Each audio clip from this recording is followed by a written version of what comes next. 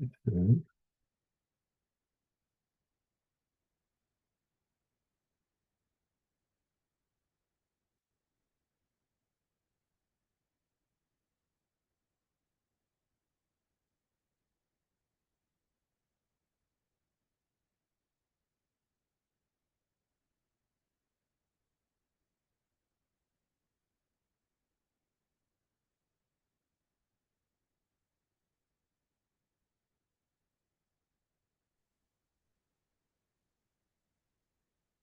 Hey, let's try this again. Hello. Hey, Alexa. Amy. Hey, Amy. How was your trip? Can't hear you. It says Amy's still connecting, so she may not just be Mm. connected yet.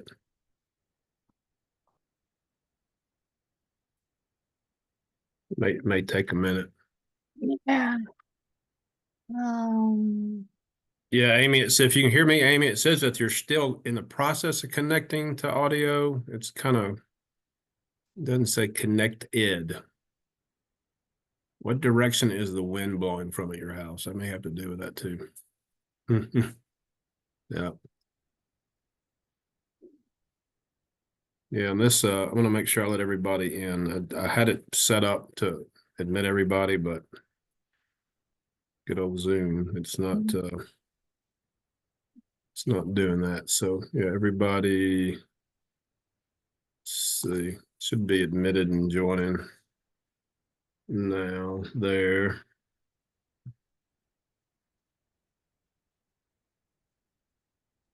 Just got a message from Mike Alexa. He has no internet, so he may be delayed or absent due to technical issues on his end. okay, It just joined though. Let's see. should we just wait for 5 minutes and see what happens and then Yeah, we can do that. We can. I mean, we can start connect? to speak informally. Yeah. Uh, I'm trying to find. I read the minutes, and I was trying to for last meeting, and I was trying to find them in my email, and they were fine as far as I could tell, okay. but now I can't find them anymore. Yeah, let me know. I mean, we can we'll post them obviously, and do have the ability to make any any additions to them in the process. It's an Just can't ongoing. find them. I just remember reading it. Yeah, we had issues. I don't know. Again, Zoom, we lost our what audio of the original meeting by going back and forth. So it Oh, does. there's Mike. Are you there? Yep, I think I'm here. Yeah, I get some echo from someone. Yeah, I'm not sure, Alexa. Why that is. Okay. Is Ray gonna join us? John, Amy? No. Okay. I can't No, hear you. no, we can't hear you, Amy. Cannot hear you. I don't know what's happening.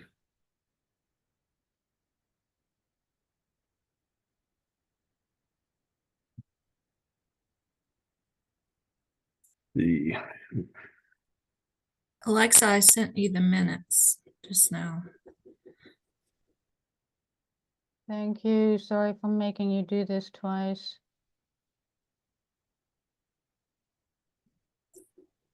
No worries. Yeah, it looks like so far everybody who's in the waiting room has been admitted. Again, I always try to set it up beforehand to admit people automatically, but Zoom likes to upgrade once a week, and the upgrades tend to be a step backwards instead of a step forward. So go figure. But anyway, I'll continue to check that if anybody else wants to join in.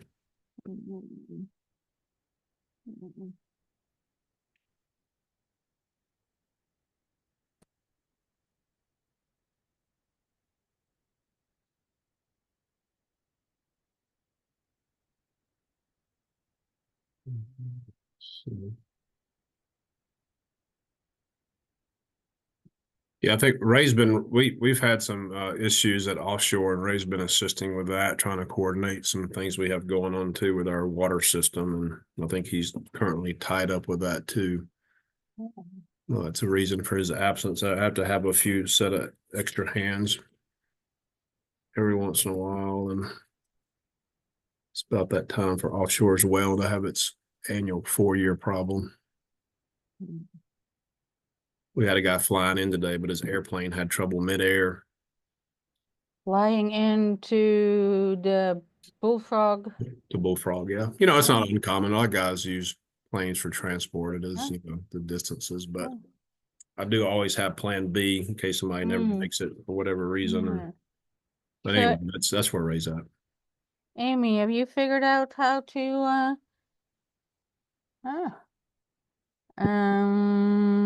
You got have you got a marker you can hold up for your votes, Amy? There you go. okay, well, if you want to add something, just put it in the, in the comments.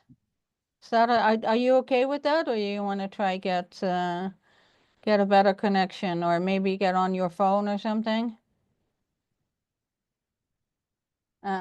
Okay, well, Yeah, let's, there is I was gonna say, Amy, there is a phone number on there. I think you can join by phone, but I've never done it. It's always on those invitations. I don't know if you guys can see that. Yeah. I'm not sure how that works though. I've never tried it. Okay. Well, let's just start. Okay. Start with our meeting. Well, you can't hear Amy, but I can see her, and she's there, and Mike is here, and I'm here, so the whole board is here. So let's just leave it by that observation. Adoption of the agenda. Nothing really new has happened on water rights since we last met, so I'm suggesting to just drop that from for the discussion today. Anybody have any objection to that, or?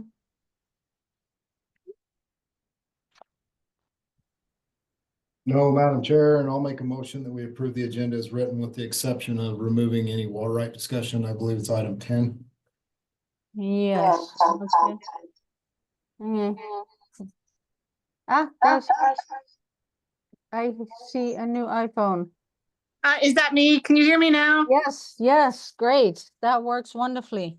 Okay. Thank you. I'm sorry. I Thank have no you. idea what's going on, and I don't know if I'm on video or. Yeah, no, you're not. We can't see you, but we can hear you, so we'll Good work enough. with that.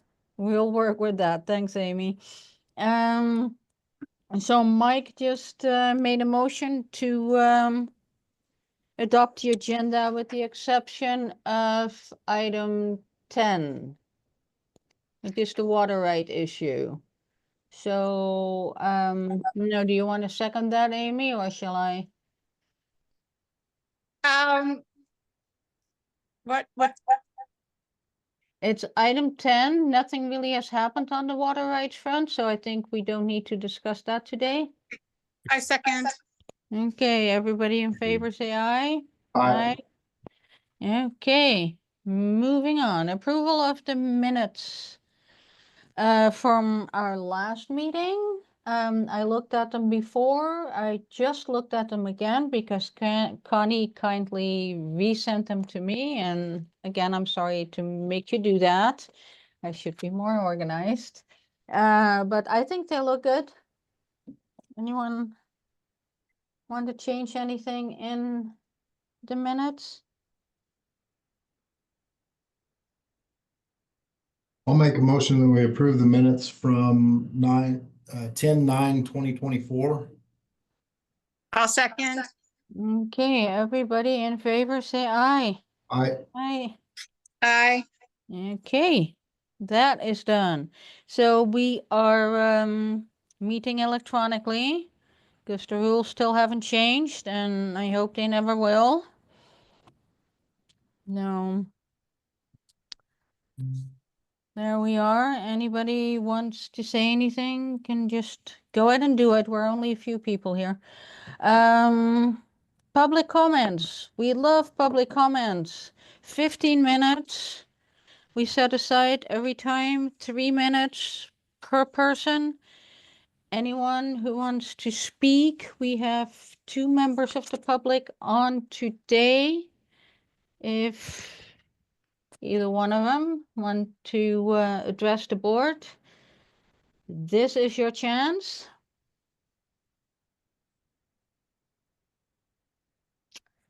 If not, then we will move on to item number 6. The manager's report, which looks like it's going to bleed over to item 7 and 8 as well. So maybe John, maybe you can take that on. Yeah, and it does encompass those. It actually starts in that order. So you're correct, Alexa, and I'll cover those. Yeah, starting with the report and item 7 consecutively. Yeah, the MQ needs repair. It's not uncommon. You know, number one, it's a standby generator. They're not as tough as the big normal duty prime power that we have.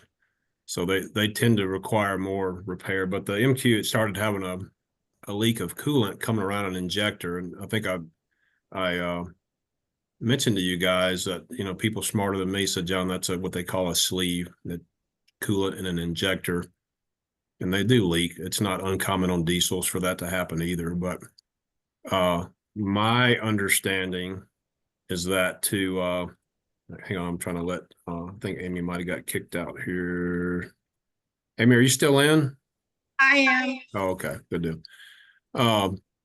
It's got to go to a machine shop. The head's going to have to be removed because when you have one that's leaking and you got the head off, you do all 6. You know, there's 6 injectors. That's what I mean by that. And it has to have a new head gasket. There are some other items I would have done while it's there too. Number one is a new valve cover gasket. They all leak.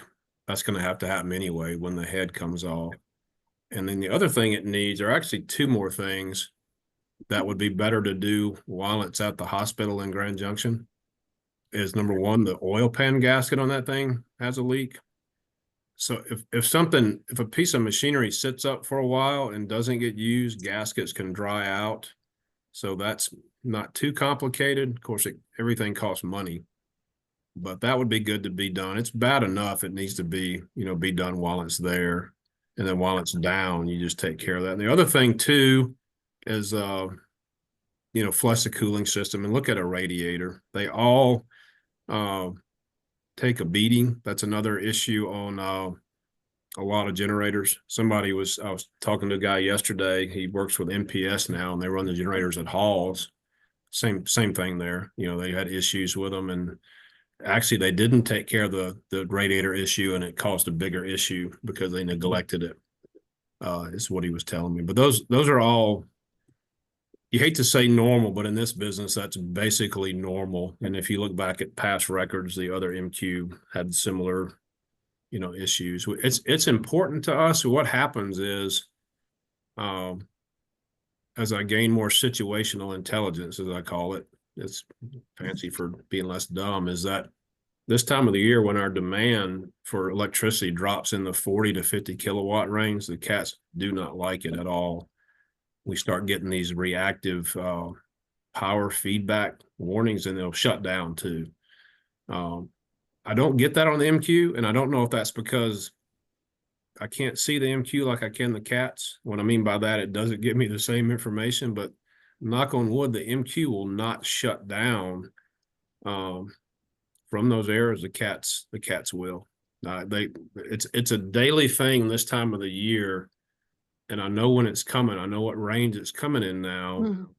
And it is part distribution, but it's obviously how that distribution and those cat generators deal with it too. And we've reprogrammed it. We've changed parameters.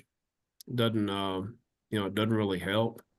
And TUID's had a few brownouts. And what I mean by that, if one goes down, the other one will come on. But it takes this time of the year, the coolant's colder, so it takes them a few minutes to warm up. Sometimes it's not 30 seconds. It's not even a matter of minutes. But anyway, that's where we sit with the MQ.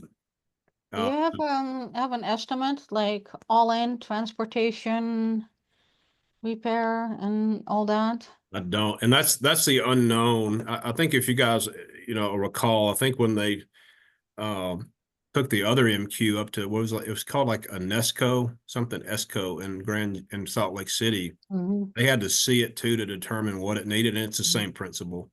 Now, do They you don't- have like a maximum that it would be if they do Well, all these things? if I'm having to guess, I'm going to say it's going to be, I'm going to guess worse and be shocking and say a $10,000 repair. Huh? Because I know how much we spend with CAT on site to things, and I know the labor involved these days that has gone up, for technicians and then for machine shops too. And then, parts. And what I mean by that is that's everything, including like the oil pan gasket and if it needs a new radiator, too. I would guess that. But it is a guess. And what I would do is get all that. We'll get it, but it's going to have to go there for the visit first. Mhm. Yeah, they won't do the work and then say, oh, by the way, we will have that step in there, but it's got to get there for the actual experts. And at least we're saving money. Because if they had to come here to look at it and tell me what I already know, we're talking, literally, it's $3,000 for travel these days. It used to not be, but then they started charging the tech's hourly rate while he's driving. So Mhm.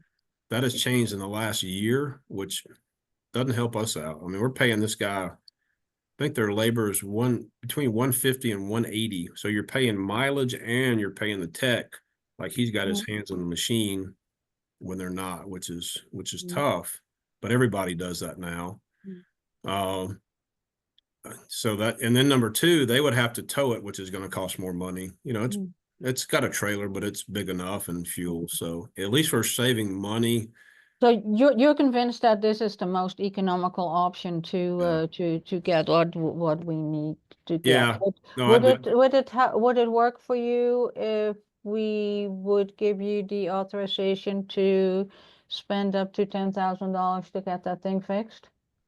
Yeah, that's fine. But even if it's 2,000, which like I said, I hope I'm being really pessimistic.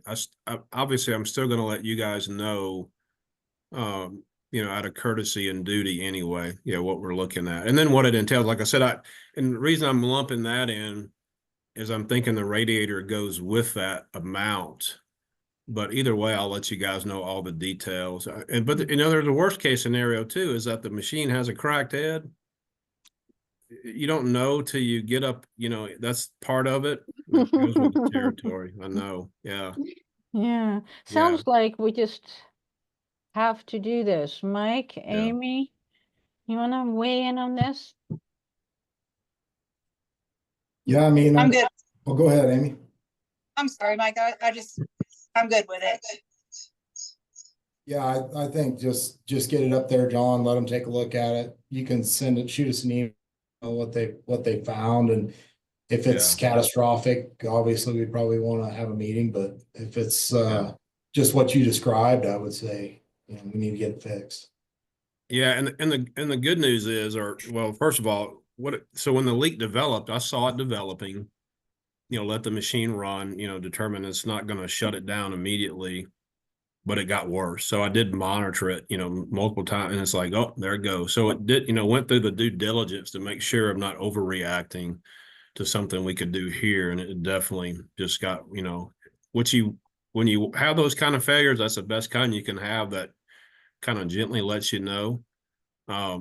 The good news out of this is, if there is any, which again, the best news is just those, what they call the sleeve in there that lines the injectors. But if it is a head, that's the reason we got this model, the John Deere, because parts are more readily available. Whereas at the Isuzu, unfortunately, that particular engine, I think we got 3 different opinions, and the guy's like, oh man, you got to get parts from Japan for this.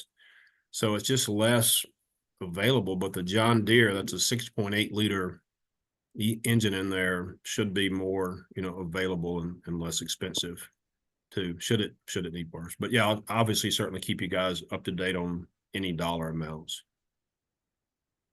We Sounds probably good.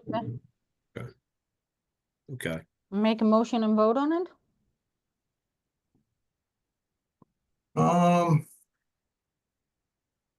I guess we could, or we could just wait and see what he comes up with and make a decision from there too. Yeah.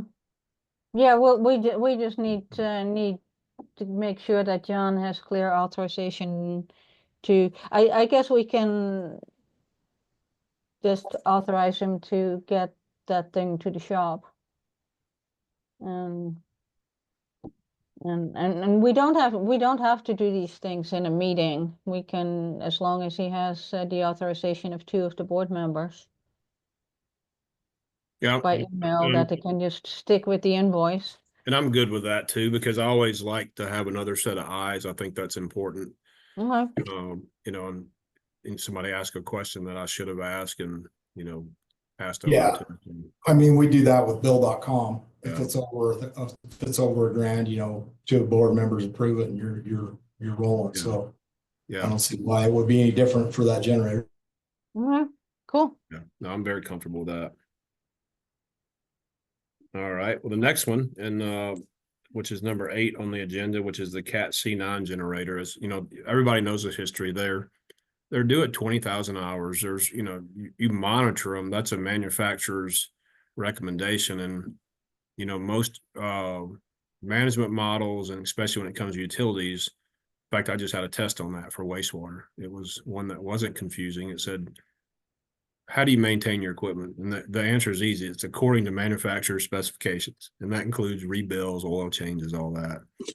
And I just answered that for the DEQ too, for our air permit, about how do you service these? It's easy. It's 500 hours. Cat recommendations, But anyway, they were, so that being said, the relevance is they were due at 20,000. We're at 25 each. So the good news is we pushed them 125% of the recommended manufacturer's rebuild. It's saved TUID some money, but it's saved it in the form of deference. It's deferred those costs. But what we were left with, because they're expensive to rebuild, is picking your poison, which one needed it the worst. And so far, number 3 is the one that needs it. And part of it, it's now leaking at the front and rear main seals. So that's a big deal. It puts oil on the machine, especially in the front. The rear is not so bad. It actually drains out. There's a port for that. It doesn't really go too far, but the front, it gets thrown everywhere. So we're unable to run that machine right now, and it does. So given that it needs a rebuild anyway, Cat, got with me, and as I mentioned to you guys, we have a good relationship. They have new management, and I have a tech that is our tech, so to speak, that we're familiar with, and he comes down here. So that relationship has got a higher trust level in, my mind. But anyway, part of that is Ryan from Cat offered to pick the machine up for less money to combine it with a trip to Bullfrog for one they need picked up too. When is that when is that run? So I don't have a definitive date on that. I told him to let me know. And the bigger thing is what we worked out is this won't take place till next year. He asked me, basically, I told him that the pickup window is whenever you can save me the most money. You can come get it today if you're going to save me, half price on your pickup fee. But as far as the window to get it back in there, that's probably, you build in a little bit. We would really need it in April. So I said the end of March. So I built that in. And what that does, it also, gives us January, February, and then March. We'll get billed in April for it. And then I talked about spreading that out where there's not one big bill to give us at least 3 months, to pay that balance. And they agreed to that too. And are you suggesting that we can pay that out of current revenue? Well, we do have the reserve fund, which is about, I think it's right at $77,000. Mm. So we're close to the 80 that, the bill came in, or the estimate is 57. So you might as well say 60. You always have to go higher because you're never going to hit that. There's going to be other costs. I can almost guarantee you that there's other things that add up. So you always want to, and if it does, that's great, but you always have to plan for that, 25% more in anything mechanical. But we have 77, obviously, but we can pay. Yeah, we do. Do we want to go down to zero? Not really. I mean, it's, but so yes, between what we have and what we'll bring in from revenue, which obviously includes year-end water overages aren't huge for revenue injection, from the previous year. The kilowatt hours tend to be a decent amount of money to inject, for the next year. So between those, yeah, we should be able to. But same thing there. We can get those exact costs. And Mike, we don't hear you. Oh, sorry, I'm sorry, my internet freaked out and I didn't get the cost on that cat rebuild. That was again. yeah, I can, Mike, I think the initial, the actual quote that I'll send to you guys again, I think it's 57. So my mind says 60. But I budgeted 80 for that because I've never seen any of those quotes come in at what they quote. So it's just being, pessimistic on an expense in a good way. Hey, and if it does come in less, if I'm thinking 80 and it comes in at 65, well, then that's great. But we should, hope, what's the old saying, hope for the best and prepare for the worst. When you're but the machine runs, there's been no failure. It did give us ample warning, which is good too. Kind of like the MQ, that's the best indication that you can get, to go ahead and proceed with what was needed. So how do you figure we can pay for the rebuild, and will we then still be able at the end of next year to meet our minimum reserve requirement?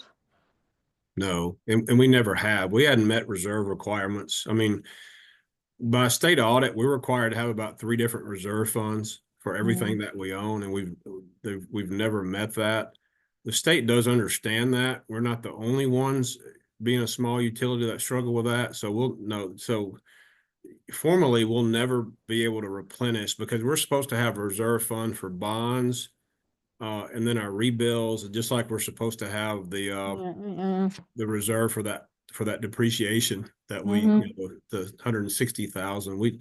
So we'll never meet it from that compliance standpoint, but you have conversations with the state, and they understand that we're not going to be knocked for that, but because there's people in other situations, other entities that are the same.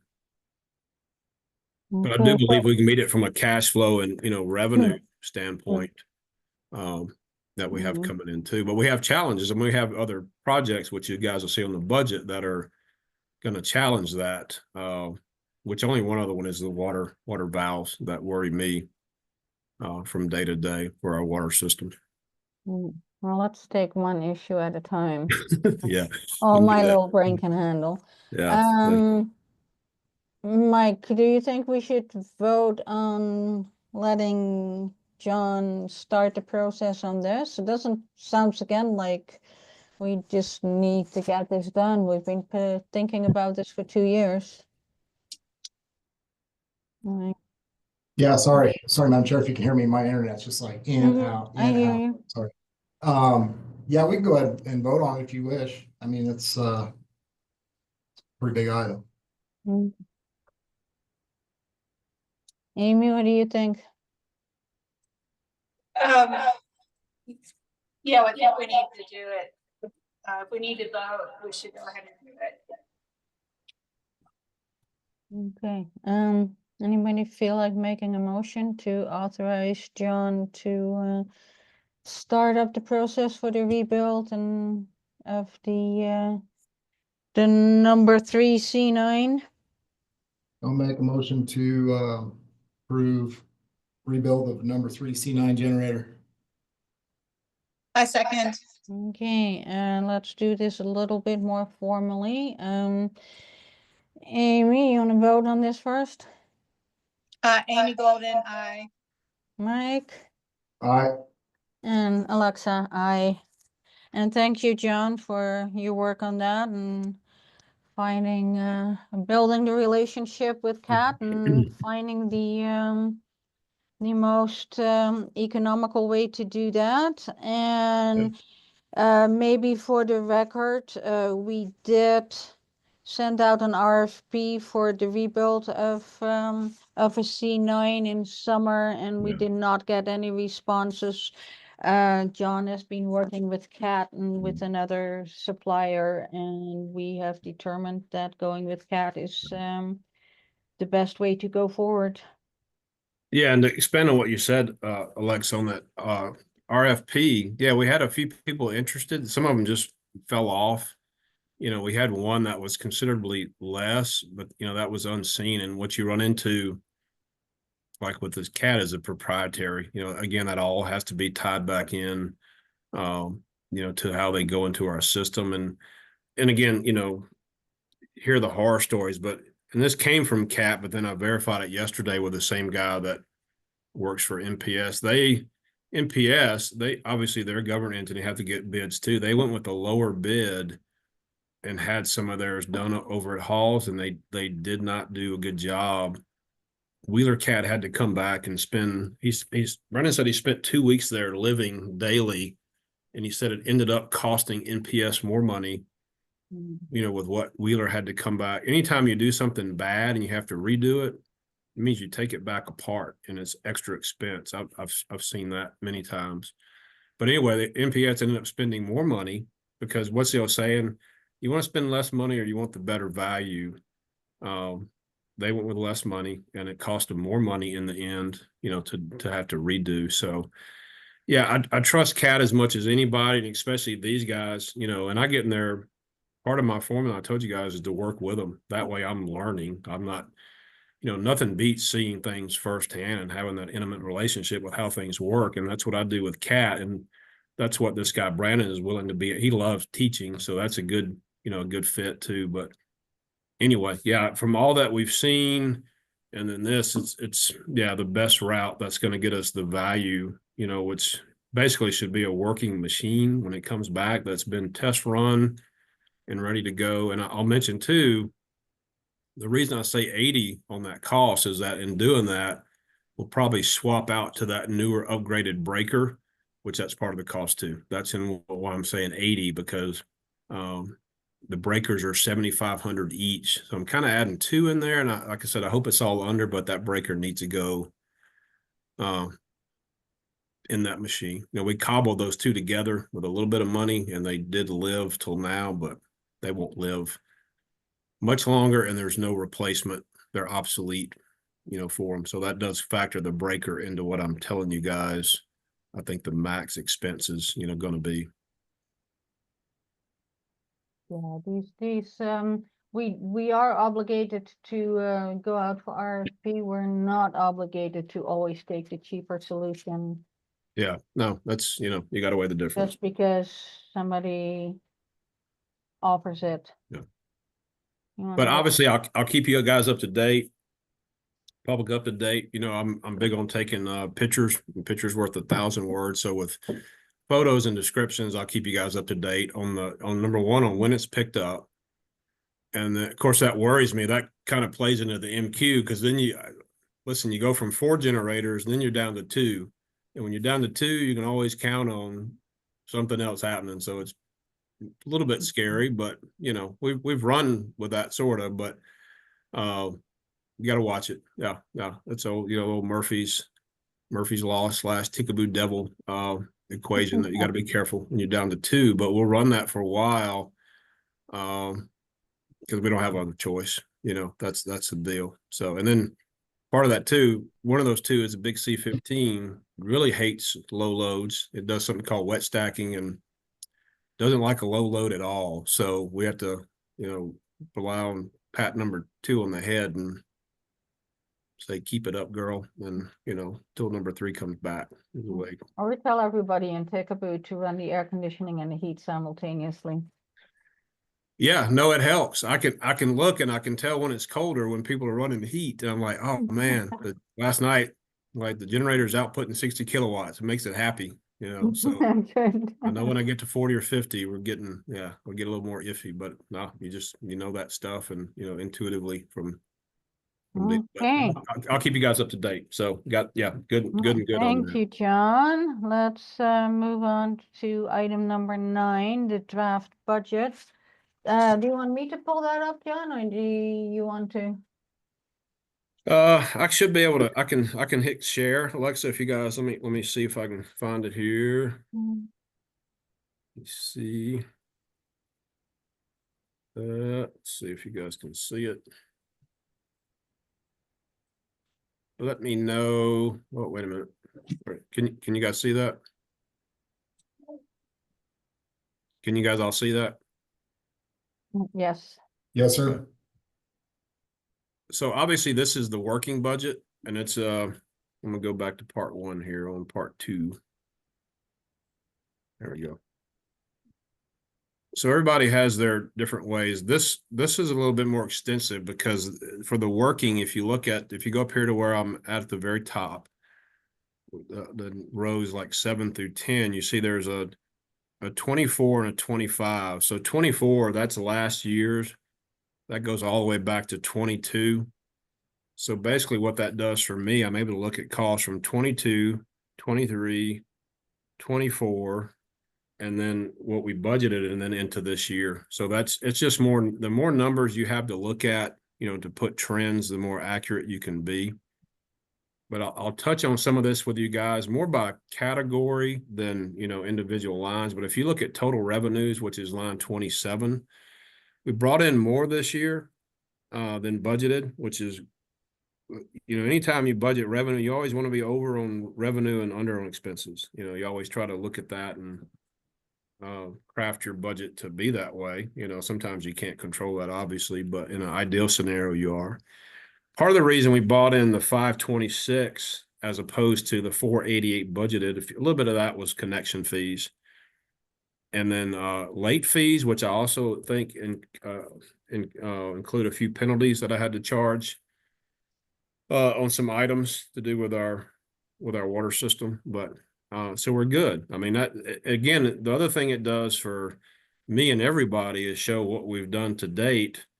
And part of this too, keep in mind too, is that you're projecting what you're going to do through the end of the year. So there's a little bit built in here, but this is where we think we're going to end up. And by November, you have a pretty good idea. You know, you're not guessing as far out, and you've got numbers from actuals to support that. So anyway, we're still being conservative for next year, and even pessimistic because we don't know if we'll get connection fees. You know, and if you go backwards from the 481 we have projected, if you look at the line items, it's just being conservative on those things too. So, hey, hopefully they go up. We've had a good year this year, and it's offset some of those, you know, unexpected revenue offsets unexpected cost. So that's been a good thing there. If we go down to the next category, if we look at overhead, again, on pace to be we're actually pace to be over there. If you guys look, can you guys see these notes as a page over, like right there?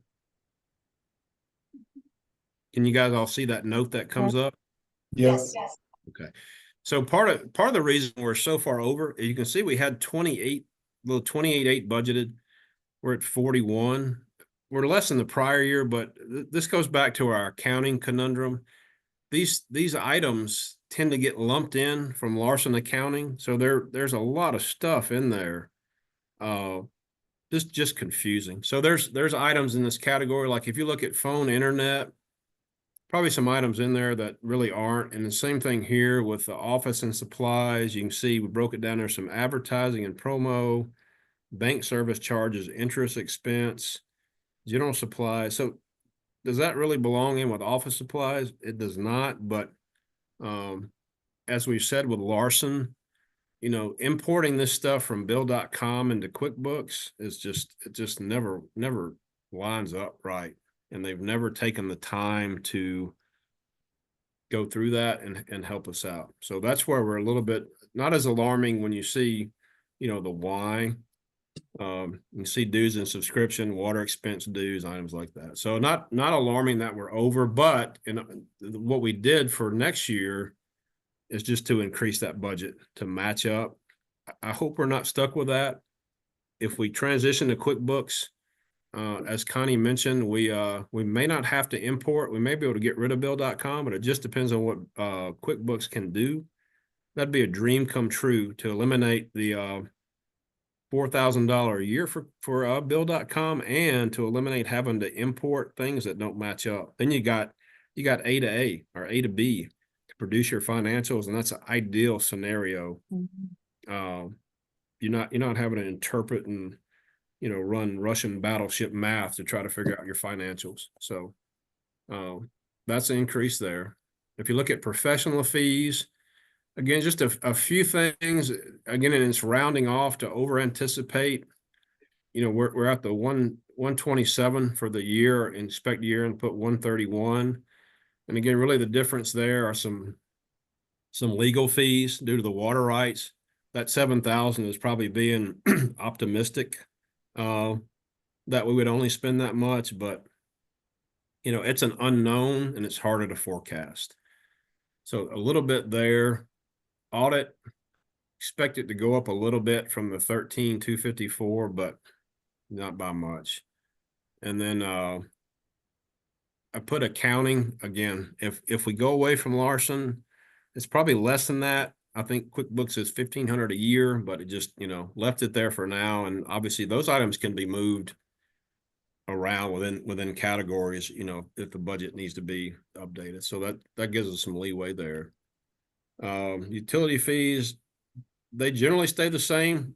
That's for items like air quality permits, our AST tank permits now, which is a new regulation and cost.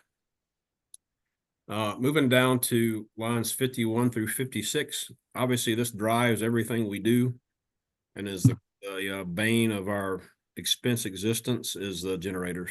So we were up from budget. From what we did, a lot of that had to do with expense and repairs, the breakers and other items. It's hard to forecast that and foresee what happens. You deal with it. So, and again, as the machines get older, is it a huge surprise that what you're optimistically budgeting for repair and maintenance goes up? Not really. The older you get, that's kind of going to happen. So, again, though, to match that, not going to budget for this 310 and change. We're not going to budget what we incurred this year. And part of the reason for that, I actually expect less with a rebuilt machine. I would hope to spend a little bit less. So that's where that comes from. Automobile, R&M, normal stuff, battery here, there.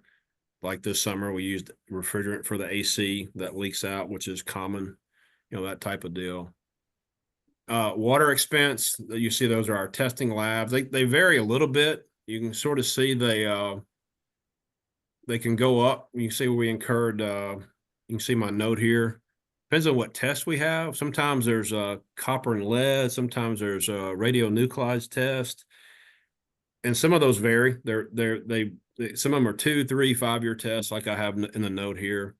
We look on a document called the Water Link. I don't think we have that many. We knocked out a bunch of them in 23 and 24 that were due, but some of them that are due every year. Obviously, the monthly is due, for the bacteriological testing, and then you have nitrates due every year too. So that's why that's budgeted there.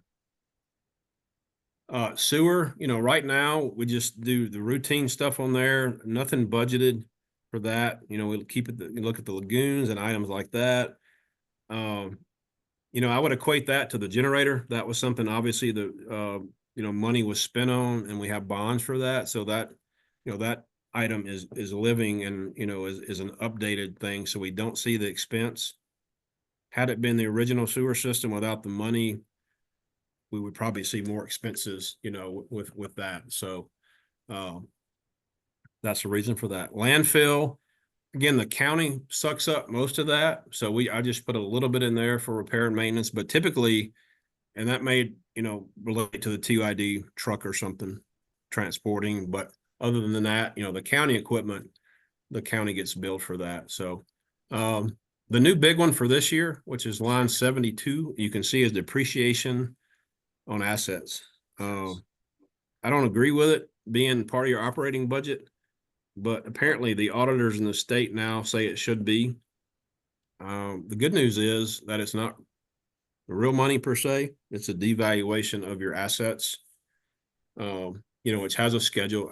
I believe, I can't remember if it's Larson or Hinton Burdick that set up the schedule.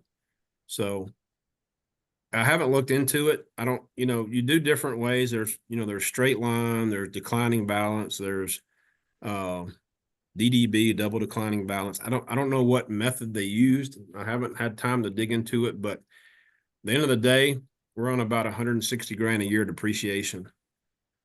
So it is on paper. It shows up as a budgeted loss, but it's fine. Again, I get it. The flip side of that, you'll see on page 2, we do have to pay out bond payments and they're not in the operating budget. So bonds are 60 something thousand. So a little bit of offset, but it's to meet a requirement, and it's not going to affect our cash flow. What it does affect, though, as people smarter than me have educated me, is that it's like a $1.6 million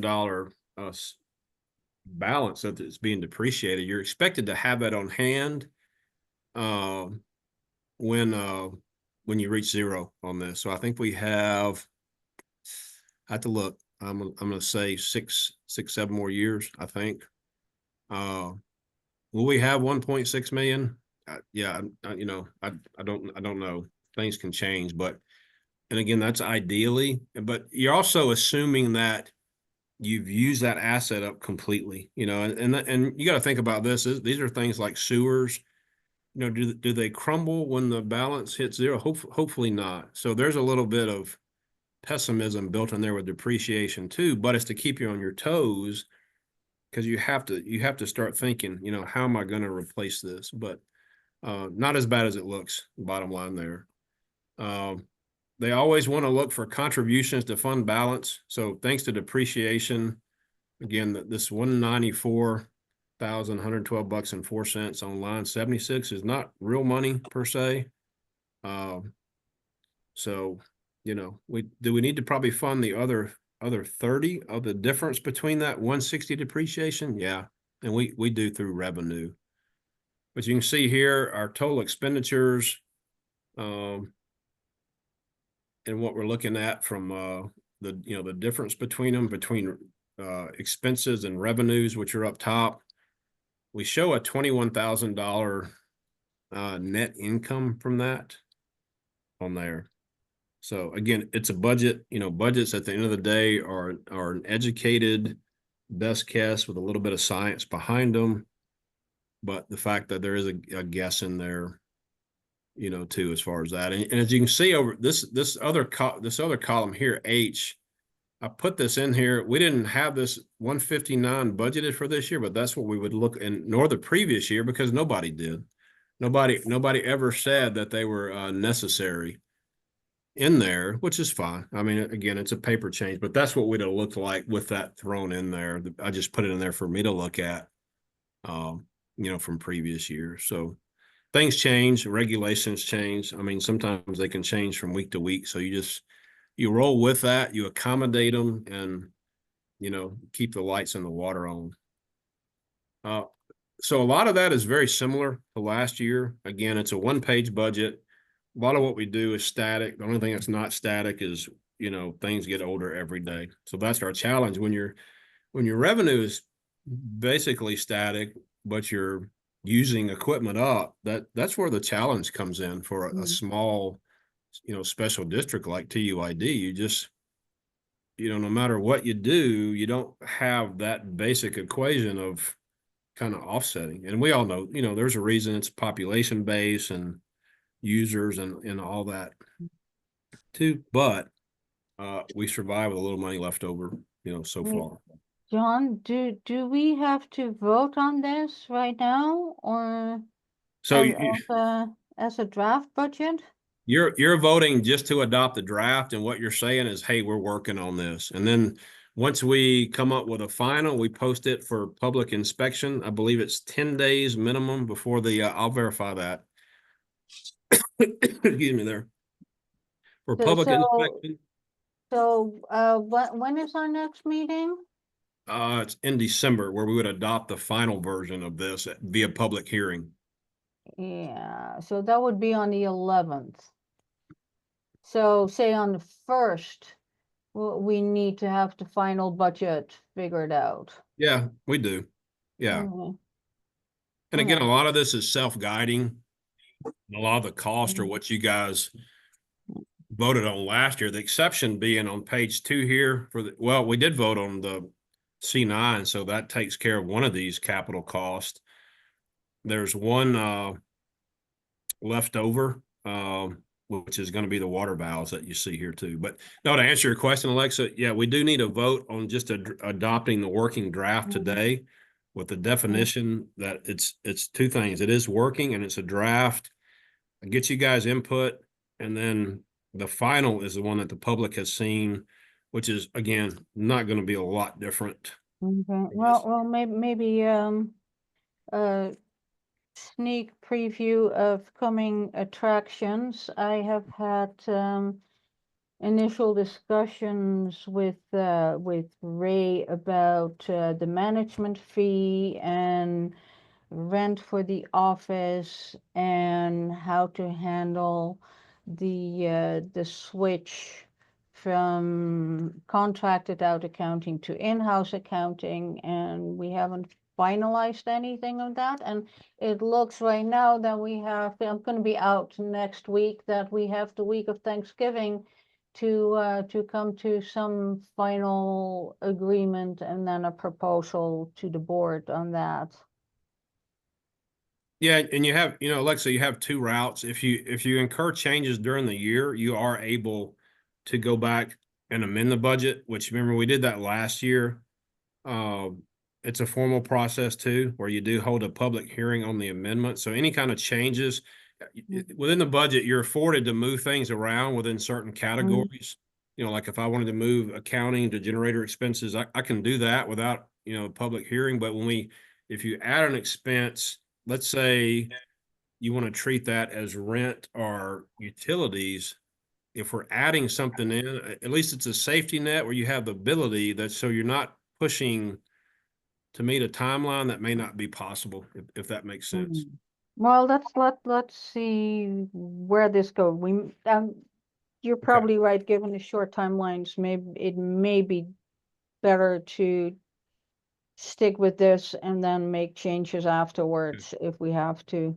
Yeah, and that is an allowance for me. It's just important that I know as an operator, where to look at my expenses, and we budgets and look at them along with financials, and see where you're at, and analyze too. So those are going to be important, for me to look at as we go, and see where we stand, that which we do, usually sometimes it's daily, weekly, monthly, and quarterly to do that, to make sure that we're maybe and Mike and Amy, I don't know how you feel about that, but maybe the best way to go on that is to not put ourselves on timelines that will just add stress to our lives and nothing to the final outcome. That we first work with this budget, finalize that, and then work methodically on possible contract amendments, and then work on the putting it in an amended budget if necessary.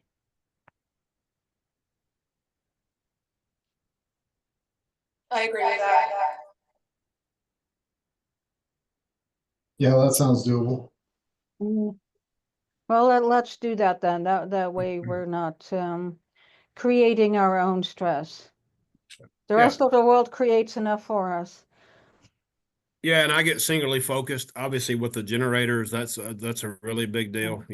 Job number one for me is, real simple. You guys know, keeping power and water and services on. So that always preoccupies me. And then from there, it's the cost as an operator, to make sure that we're performing and keeping things sustainable. But that fits. I mean, with formally and informally, with what we're required to do, that does fit in.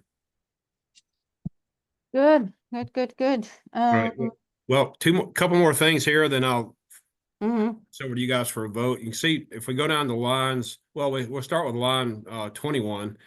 21 through 29 are our bonds. Again, it's interesting. They don't count against your operating budget. And the reason they don't, we're supposed to have this 50, I call it 60, but it's 54,000 and some change. We can't do that. We can't afford right now. So it does come out of operating revenue. End of the day, it's, money's money, but you see that's what we pay every year. They don't change, and at least we know when they're coming. A couple of them come double stacked in the fall, which is a little bit of a hit. I think the more expensive one comes that 25 some odd 26,000 comes closer, I think, in October, but it doesn't really change. You can see, so we know those are coming. Other things here on lines capital projects, you see on lines 34 through 36. The C9 rebuild, we've talked about that. So we know what that is, and talked about the timeline and the estimate. That actually included this next one, the breaker, which again, I'm being pessimistic on that cost. I'm hoping that 80 is including at least one of those breakers, if not both, because that 15 is for two. So right now we're focused on one, but is it from a monetary standpoint, 15,000 obviously is a lot of money, and it qualifies as a capital cost. We just have to see how to treat that. And it's the same way on the depreciation. So you've got a C9, number 3, you're depreciating now, you're going to rebuild it. I got to get help from somebody who's the expert and an accountant and a CPA that knows how that's going to affect that generator's life. That is going to affect the schedule in there somehow, some way. I mean, you've got a generator, you've given it, you put some new arms and legs on it so you can, run a little bit longer. So that's obviously going to have a domino effect on how we depreciate and how we look at the life of that asset that's been, somewhat renewed at that point too. Other than generators, number 36 keeps me up at night, and that's water valve replacement. You guys have heard the history. We have gate valves in our distribution system. They start up at the gravity fed 500,000 gallon culinary water tank. They got unfortunately, gate valves and well water don't mix together. They actually need professional help. They have machines that do that. Fortunately, they hadn't. Most of them don't work. I'm getting some estimates as we speak. I just need a couple to work so we could cut the tank off if we needed to. That we don't need all of them in the system to work. But I need the ones closer to the tank to work that I could cut the water off, because if we get a leak, we could be in trouble with a non-working gate valve. So that's when I have to hire a contractor to come dig those out and put them in. I'm hoping there's a main valve up at the water tank itself. I'm hoping that valve still works to let us cut water off to do. I'm sure there's a way, maybe, but hopefully we can figure it out and get some of them replaced. So that's why that cost is in there.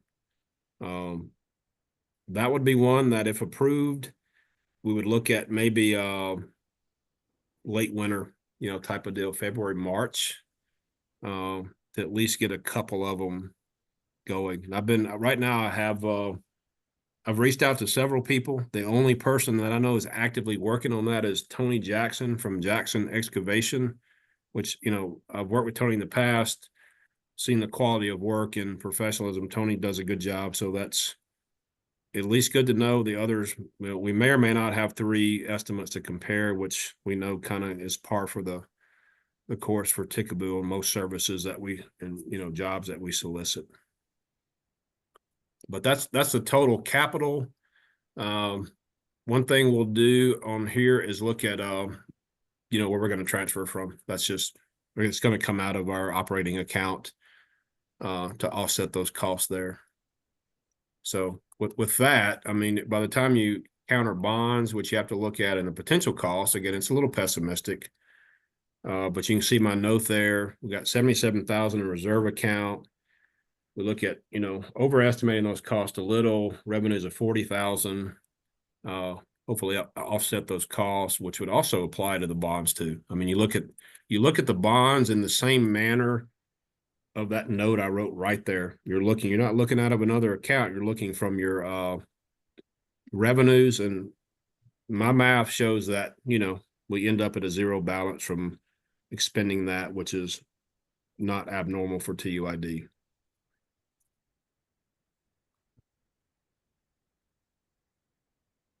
One quick question, John, Sure. on the generators.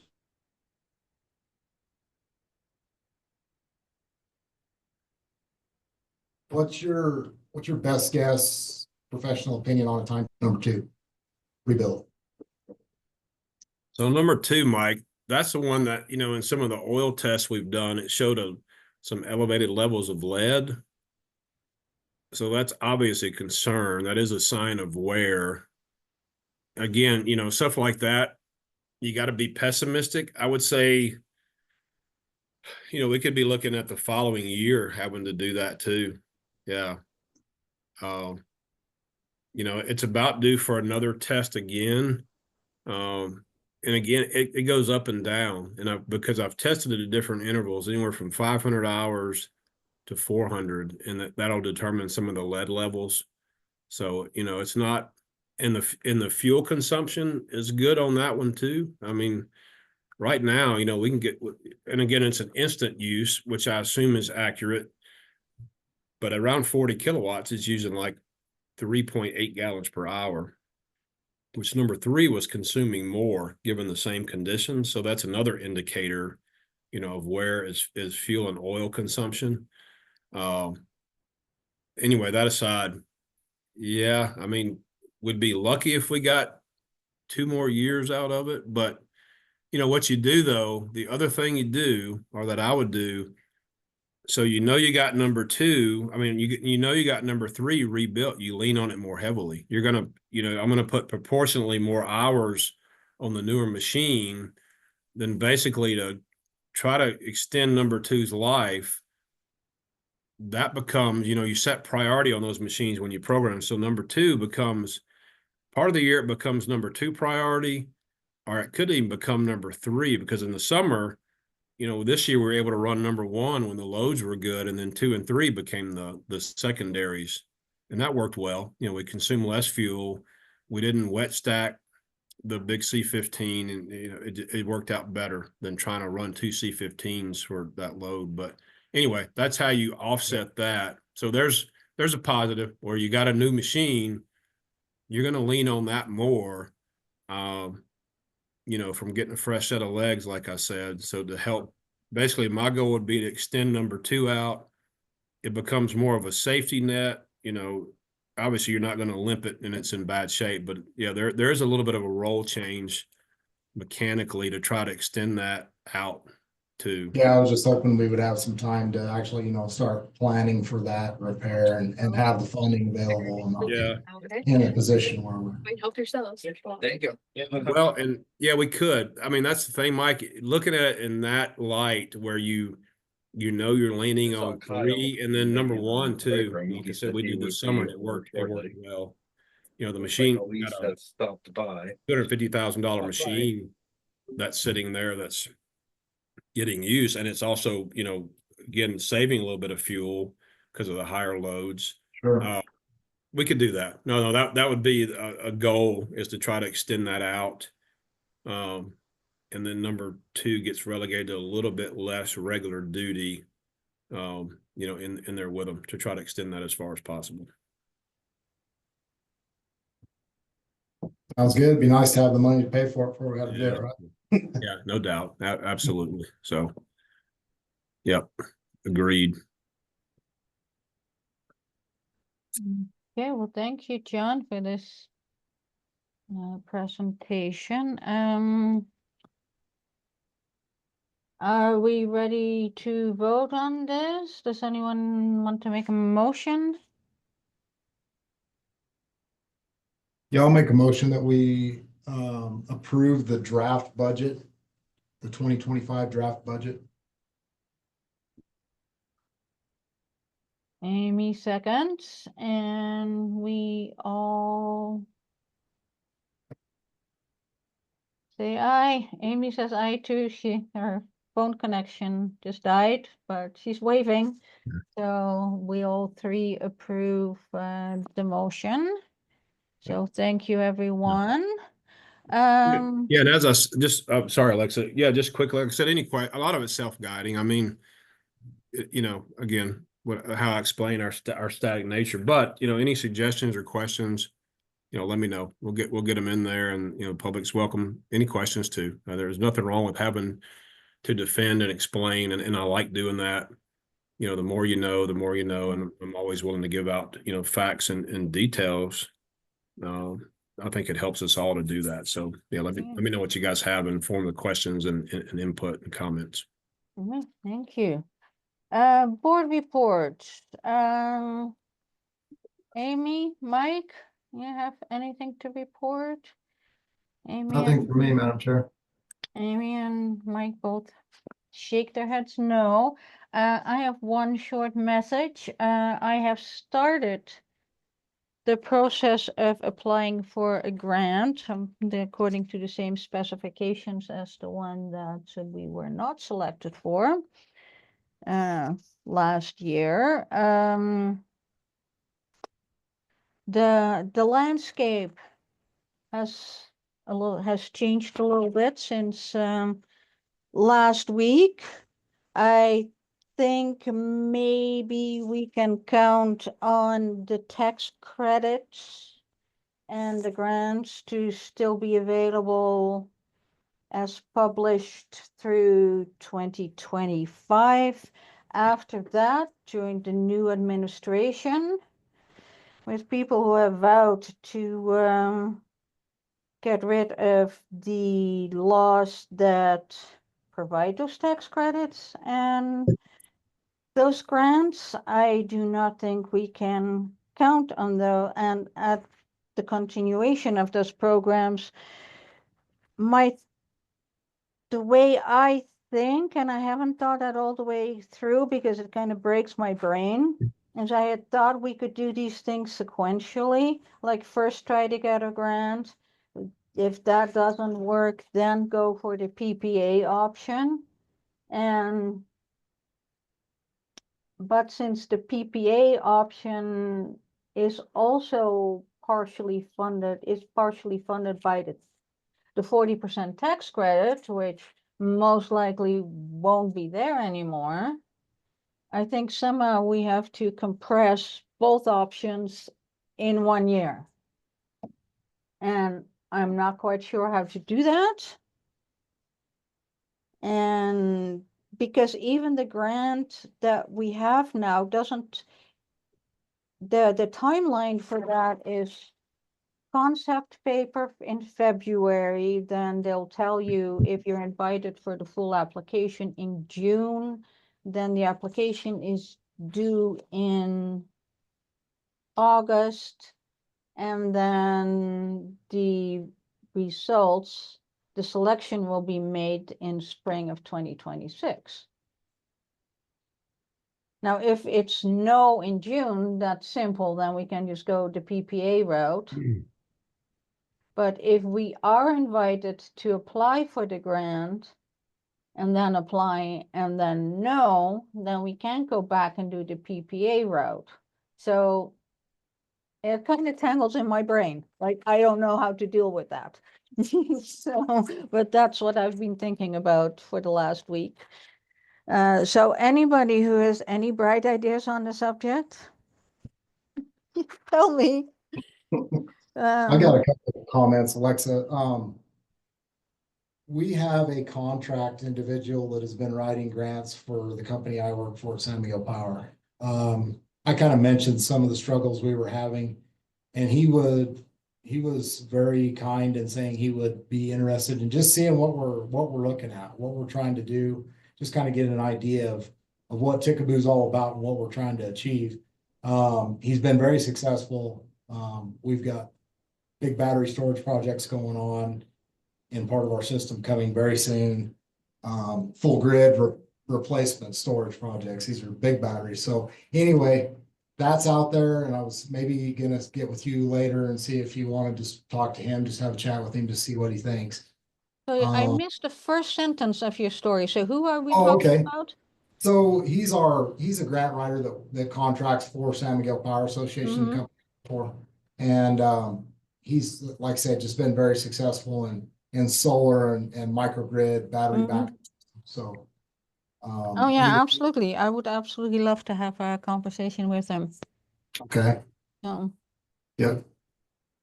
yeah. So yeah, let's set that up somewhere in December. Okay. Sounds good. Yeah, thanks very much, Mike. Alexa, sorry, Alexa. One thing I'll mention quickly, I mean, we really touch on this more in the year in review, which is usually the following year. But for fuel this year, we've been lucky, and a lot of it is. I mean, we plan and analyze. There's no doubt, but there's still a factor of luck. We've only gone over the $3 a gallon one time and had a very small surcharge. So I'm glad for everybody. Because we're only passing costs along. Obviously, it doesn't make anything more for TUID. We're producing power at cost, which is a loss, but that's been good. So right now we're under budget, as you guys will see. I didn't touch on it in the budget, but we estimated higher, which was 60,000. We may spend 30, which will also bleed over into the next year. So we would like we have 240 budgeted for fuel, about 178, 180. So that's been nice. Again, that's where you want to be, on cost. That certainly helps. And the bright side, maybe we'll see $2 a gallon diesel next year too. We might need another pandemic to make that happen, but Well, yeah, we'll see. so probably not worth it, but Yeah, we'll know but we'll soon enough. But yeah. Now we'll see where the price today. I think red dye was 277, I think, out of Salt Lake Depot. It varies from place to place. But no, I wanted to touch on at least the fuel to date has been good. And Yeah. I was we'll see impressed. what happens next year. There's a flip side of the drill baby drill mindset, that's coming back with the Trump White House. So we'll see if we get diesel to give us a break and get a little extra money, maybe. yeah, who knows? Okay, anything else to report? If not, I think we can adjourn. I'll make a motion, we adjourn the meeting. Amy seconds, and all in favor say aye or wave. Bye. Thanks, Thank John. you See you all. later. All right, thank you, Appreciate all guys. your good work. Appreciate it. Bye.